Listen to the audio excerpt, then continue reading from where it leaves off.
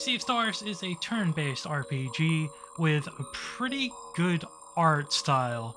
Now, I did have some problems with the controls, but that's because I'm so used to RPG Maker stuff that the change up was a little bit weird for me. But once I got that all sorted, it was actually turned out pretty good.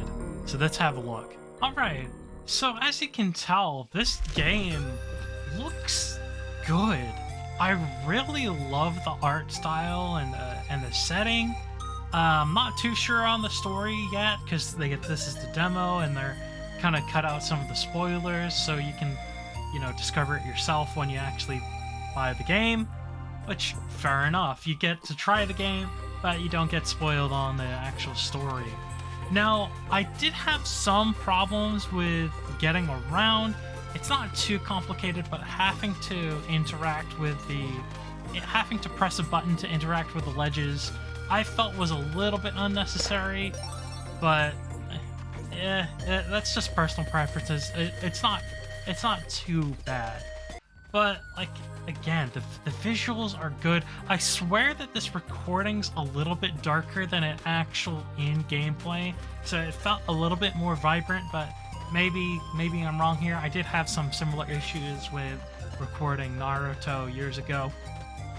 But, what about the gameplay? So, this is a little bit different from typical turn-based RPGs. So, you do obviously take turns, but the way that the healing and the magic system works is slightly different. So you got multiple things you can focus on at once. So you can do attacks, and certain attacks do more damage to units than others. And of course, these are indicated by the little boxes that are above their head. And I didn't really get it at first, but I soon got it once I dived a little bit more into the magic system and stuff. And the magic tells you what effects they have. So this also implements a timing system, like a lot of more modern turn-based RPGs. Think South Park: The Stick of Truth.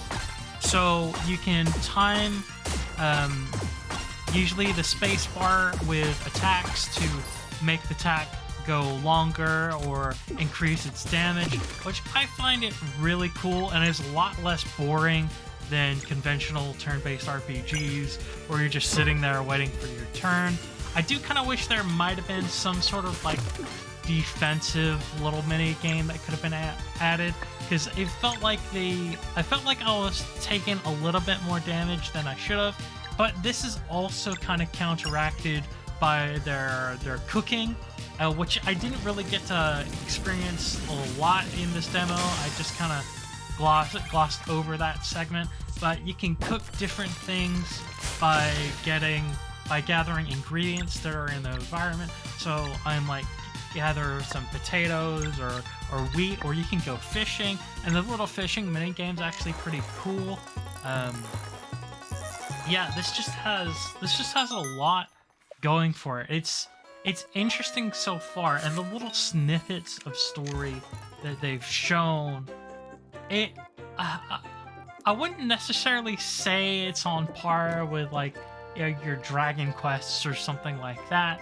But again, I've not seen all of it, so I can't say for sure exactly how good it is. But what I've experienced, and like I said, the magic system and the combat and the way you do healing, and how certain items can do different things to the whole party and just to individuals, or you can do these really sick combination attacks.